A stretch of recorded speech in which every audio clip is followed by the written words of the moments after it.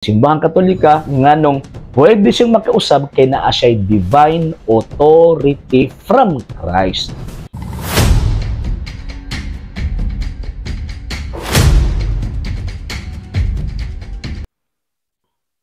Maayong adlaw mga sir ug mga ma'am ug uban ni kaninyo sa kadali lang nga panahon aron na panagisgot sa mga butang nga may kalambigitan sa tong pagtuong Katolika ganina yan ang buntag.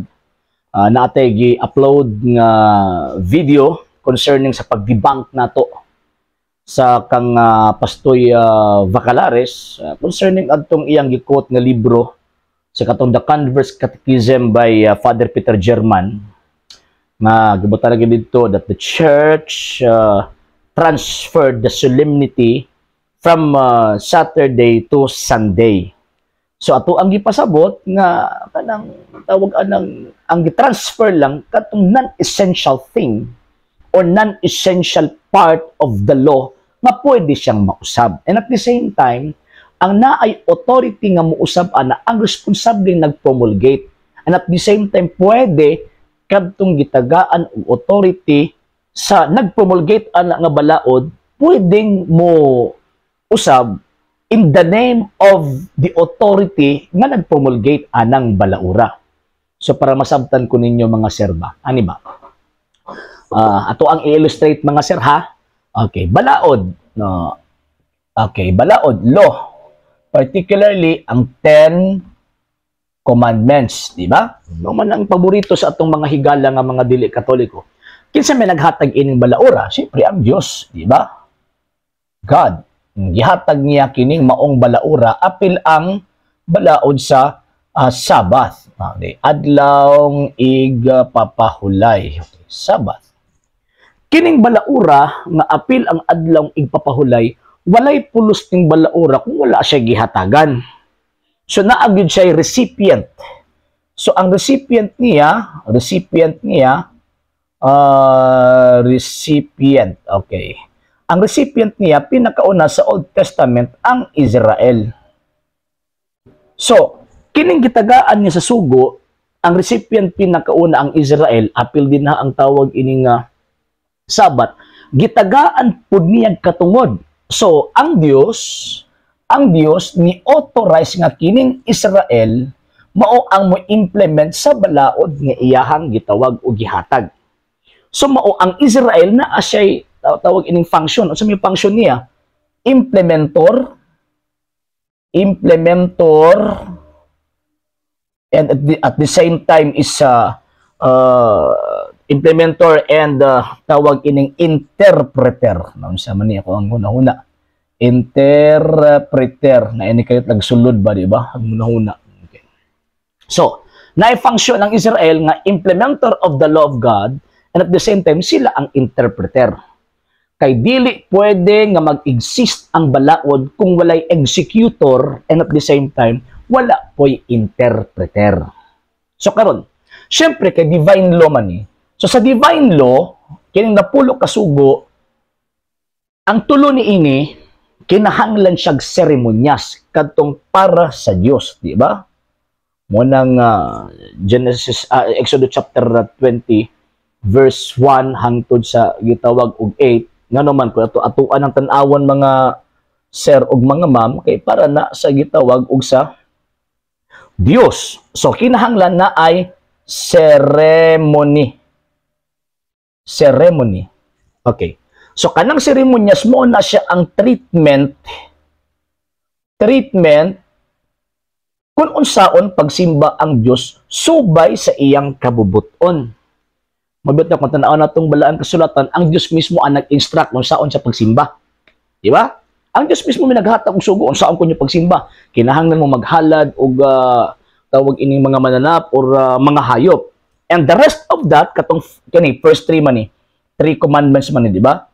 First 3 commandments. Katong remaining 7, kining remaining 7 commandments, wala na seremonyas nga naman tungod kay kining 7 para man ni sa tao, para man ni sa man. Okay. Para man sa tao. So, focus na din sa God og ceremony unya ang iyahang gitawag og treatment. So based sa ilang interpretation sa balaod nga gihatag sa Dios, ang ilahang interpretation na kung magsimba maghalad og mga mananap og panguluhan kini og pari. So kanang seremonya anytime pwede na nilang i-abolish or amend nga naman tungod kay part lamang kana sa implementation nila sa balaod sa Dios. Para masabtan ko ninyo ha, ato gining kwan ato ning tawag ining tinambanon kung di nato ni tinambanon mga sir mga magsige po hilak ning mga amigo nato nga mga members sa Seventh Day Adventist karon.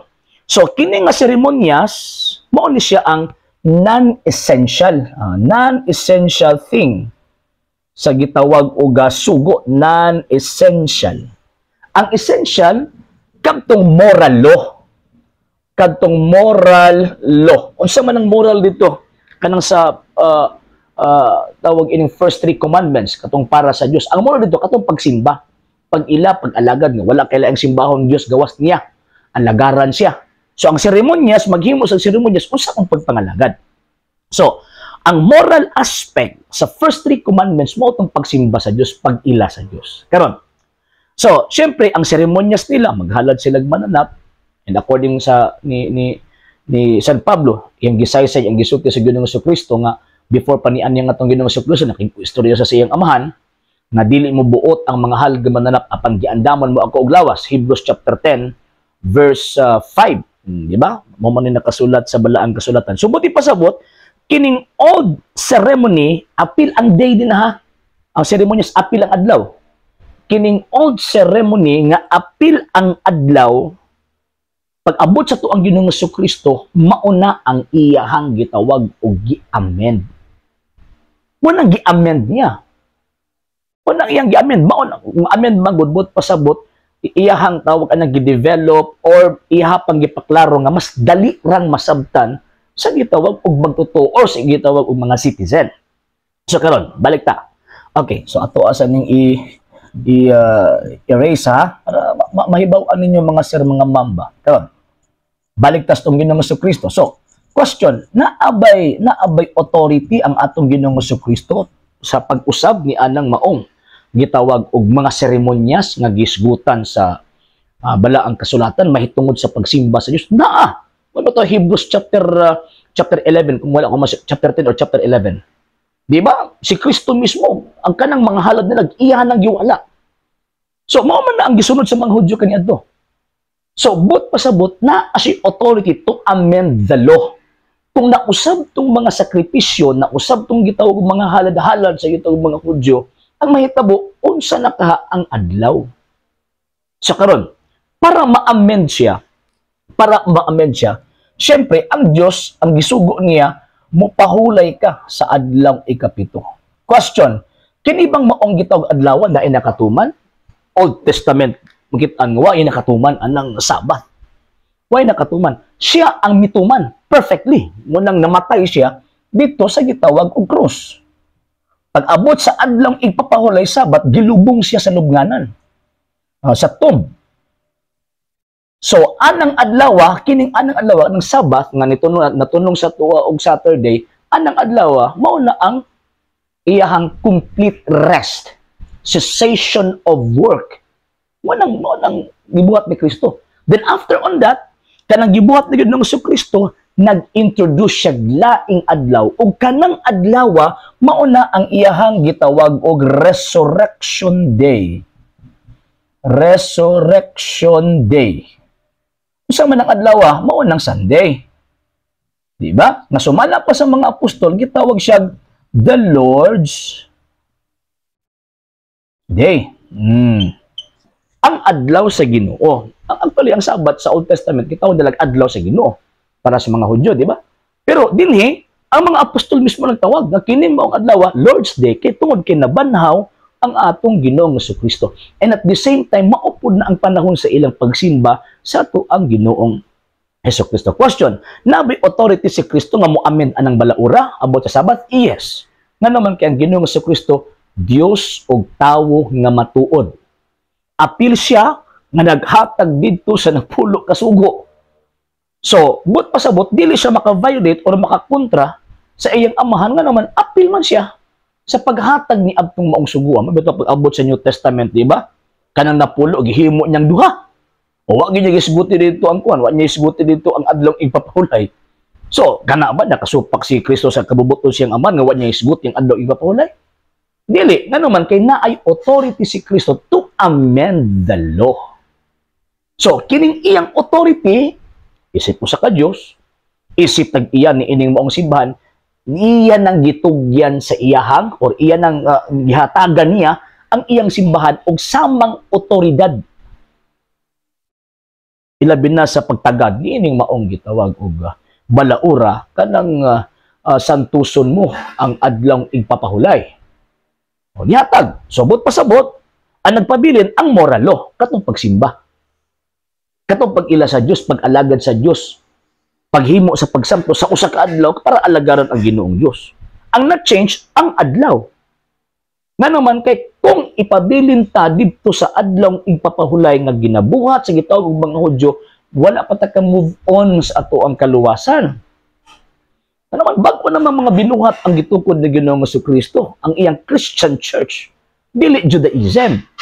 So kung bagong simbahan, bagong gitawag og adlaw sa pagsimba, ug bagong pamaagi unsaon sa pagsimba ug pagtreat. Isip usa ka Dios na ang ayan gitawag og simbahon. So karon nahitabo nga gi-amend ni Ginoong Jesucristo kining balaura na ang gihapon kanang law of the Sabbath na ang gihapon, pero ang na-change ang ceremony at the same time ang gitawag og day. So ang question, kinsa man ang mo implement ni ini kining bag-ong ceremony ug bag-ong day? Or ilabi na kining the law of the Sabbath? Syempre ang iyang iglesia. Katong iglesia nga iyang gitukod kay iya man to. Naman to'y connection sa iya ha. Naman to'y divine connection. Dito kang Kristo kasi Kristo ang ulo, ang iglesia mao ang iyang lawas. Muna sa Santa Iglesia Katolika, Apostolika Romana, always gihuptan sa simbahang Katoliko katong giingon ni Kristo, whatsoever you shall bind on earth shall be bound in heaven, whatsoever you loose on earth will be loose in heaven. Kana nga authority, divine authority na. Dili na authority ni bisang kinsa. Naa sa iyang simbahan. Mao na ang simbahan niya kaniadto Israel ang nag-implement, Israel karon ang nag-implement ni ining maong gitawag sugwa, mao ang church. So siya karon ang naay function nga implementor at the same time interpreter. Interpreter. Mao na nga maka-promulgate siya, makahimo siya ordinance, makahimo siya mga particular laws nga in support sa gitawag og main law nga mautong gitawag og 10 commandments. Karon, supak man nga itong mga higala nga mga dili Katoliko, particular ning kining mga piki nga mga Sabadista, imong mga dili simbahan Katoliko ang mo implement ana o dili Katoliko kay ang Katoliko dili man na tawag ining tinuod. Okay. So again, balik ko na to ha. Ang Dios naghatag og sugo, law. Human naman ang Israel, di ba? Israel man ang unang gihatagan. Wala naman eh. Tungod kay si Kristo namatay na sa krus. Di na sila pwede maka-implement sa balaod. Dili na sila makahimo pag-execute sa balaod or pag-interpret sa bagong balaod na gihatag sa Dios dito sa pinaagi kang Ginoong Jesucristo. Karon, kung dili Iglesia Katolika, kinsay mo implement? Kinsay mo interpret sa balaod sa Dios? SDA? No sir, man nigawas ang SDA. Nigawas ang SDA 1863. Oh, usaon pagkunit do kang Kristo? Diba? Usaon pagkunit? Protestants. Nanggawa sila sugod adtong 1517. Oh, usaon pagkunit kang Kristo? Fundamentalist, apil na ng SDA. Fundamentalist groups, apil na mga Born Agoy, tawag ining iglesia ni Kristo ni Manalo, kinsa pa kining Jehovah's Witnesses, kining Pentecostal, o kinsa pa, daghan mga fundamentalist man na sila. Ang sobrang sugod, around 19th century. 19th century. Oh, usaw pagkunit do kang Kristo. So kining mao mga tawhana, dili ni sila mao ang implementor, executor o interpreter sa balaod sa Dios. Kung dili Iglesia Katolika, samot nang dili pud sila. So karon kinsa ang mo implement sa balaod sa Dios? Kinsa ang mo interpret sa balaod sa Dios? So buti pasabot walay pulos kingunan ang klaseng argumento sa usa ka defensor sa magtutong. So sa ka tawag anang pundok nga naapoy mga magtutong dili na pwedeng mahitabo. Pero ang kasaysayan nagtug-an nga ang simbahang Katolika, ang Iglesia Katolika Apostolika Romana, siya ang iglesyang gitukod ni Kristo. So karon nga panahon, siya ang bagong Israel nga mo interpret o mo execute sa balaod nga gihatag sa Dios alang sa tao. Dili SDA, dili Protestante, dili mga fundamentalist group, kundi ang Santa Iglesia Katolika Apostolika lamang. Di gid siya masayop sa iyang interpretation. Nga naman, guided siya by the Holy Spirit. Giubanan po siyang Kristo. St. Matthew chapter 28 verse 20. So man aron makasabot mo, pangutanan lang yung pastoy, dili man ka Iglesia Katolika, pastoy, kita ba? Ayan po ang problema anak, nang gawas mo 1863. Wala gyapon. So, muna bantit ang mga sir, mga mama, di ta pailad, nga naman kay puro pa sila, di, ayan naging istorya. Sana upag-explain sa inyo, upag-explain sa inyo, kung di man ninyo pa-istoryahon. So, diha pa lang, diferensyado ng atong panabot kung ingon ana ang atuang presentation. So, masabtan nga, ang simbahang Katolika, nganong pwede siyang makausab kay naa siya divine authority from Christ. Muna, kung may implement siya, always siya moingon, in the name of Christ. Kining SDA, Protestante, mga fundamentalist, isa mo lang i-invoke authority. Buwa mo sila connection ang gilansang sa krus. So muna, di ta pailad ani mga sulpot na itong mga amigo.